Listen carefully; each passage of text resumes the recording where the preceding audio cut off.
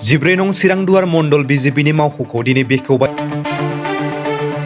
चिरां जिल्लानि सिङाव थानाय सान्थिपुराव दिनै 14 नं चिरांदुवार मण्डल बिजेपिनि मावख'खौ मोनसे मेहेरगोनां हाबाफारिनि बानजायनायनि गेजेरजों बेखेवबाय।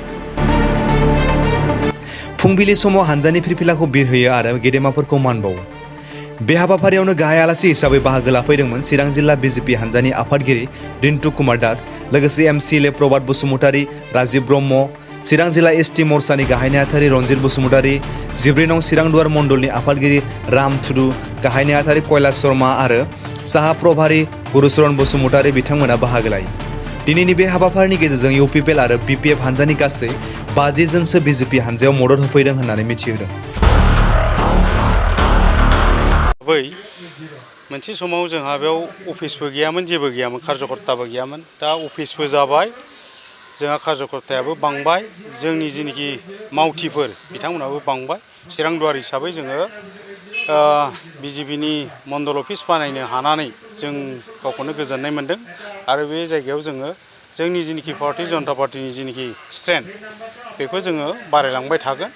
जेसे हायो जोङो प्लान पलिसि खालामनानै सेस्था खालामलांबाय थागोन।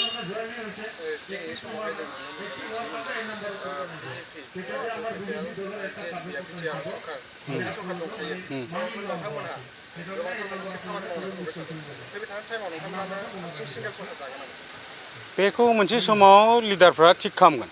बेखौ हाइ कमान्ड दं, गोजौआव लिडारफोर दं, बेखौ डिसिसन लागोन। किन्तु जोंहा पार्टी लाइनाव खामानि मावनांगौ दं हिसाबै बिटिआर ओनसोलाव जोङो बे पार्टी लाइनाव खामानि मावबाय थादों।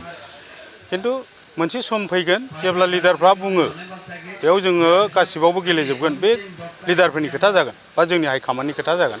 दा जोङो आपातत जोंनि दलखौ बोरैहाय जोङो मजबुत खालामनो बे पलिसिखौ लागोन आरो लागासिनोबो दङ। खारन चिरां हिसाबै जोङो फुरा माने दा कन्टिनिउआसलि माने बेफोरबायदि हाबाफारिखौ लाबाय थादों। जयनिं प्रग्राम, वार्कारफोरखौ जोङो एक्टिभ खालामनो थाखाय जोङो सानफ्रामबो अहरह जों सेस्था खालामबाय थादों। बोरैहाय जोङो भारतीय जनता पार्टीखौ बोरै एस्टाब्लिश खालामनो हायोबा। আমাৰ ভাৰতীয় জনতা পাৰ্টি চিৰাং জিলাৰ আমাৰ 7টা মণ্ডল কমিটি আছে।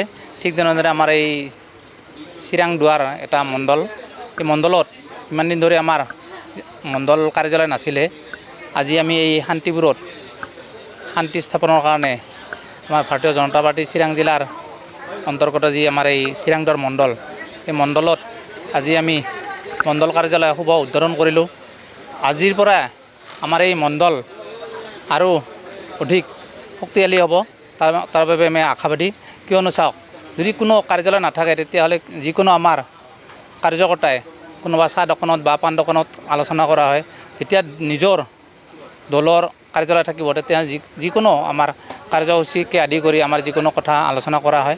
তাৰ বাবে আজি আমাৰ মণ্ডল সভাপতি সন্মানীয় ৰামটুডু ডাঙৰীয়াক এই মণ্ডল কাৰ্যালয় স্থাপন কৰা তেখেতক মই আজি জিলা সমিতিৰ ফালৰ পৰা তেখেতক ধন্যবাদ জনাইছোঁ। আৰু আগন্তুক দিনত আমি মণ্ডলৰ পৰাই আমাৰ যিমান যে কাৰ্যসূচী হ'ব সেই কাৰ্যসূচী আমি সুচাৰুৰূপে পালন কৰাৰ কাৰণে আমি আগবাঢ়ি লৈ যাম। আজি মণ্ডল কাৰ্যালয় উদ্বোধন কৰাৰ লগতে আমাৰ এই মণ্ডলৰ অন্তৰ্গত আমাৰ যি কাৰ্যকৰ্তা, আমাৰ ভাৰতীয় জনতা পাৰ্টীৰ নীতি আৰু আদৰ্শক ভাল পাই কিনে বিভিন্ন দলৰ পৰা আহি আজি আমাৰ এই মণ্ডলত প্ৰায় 25 জন কাৰ্যকৰ্তা জইনিং কৰিবলৈ সক্ষম হৈছে আৰু আহি আছে। কিন্তু আমাৰ এখন আৰু মিটিং আছে, আমি এতিয়া কোকৰাঝাৰলৈ গৈ আছোঁ। এই মিটিঙৰ কাৰণে আমাৰ মণ্ডল সভাপতিৰ দায়িত্ব দিছোঁ। যিসকলে আহি আছে তেওঁলোকক আমাৰ মণ্ডল সভাপতিয়ে জইনিং কৰিব, তাৰ বাবে মই তেখেতক অনুৰোধ কৰিছোঁ।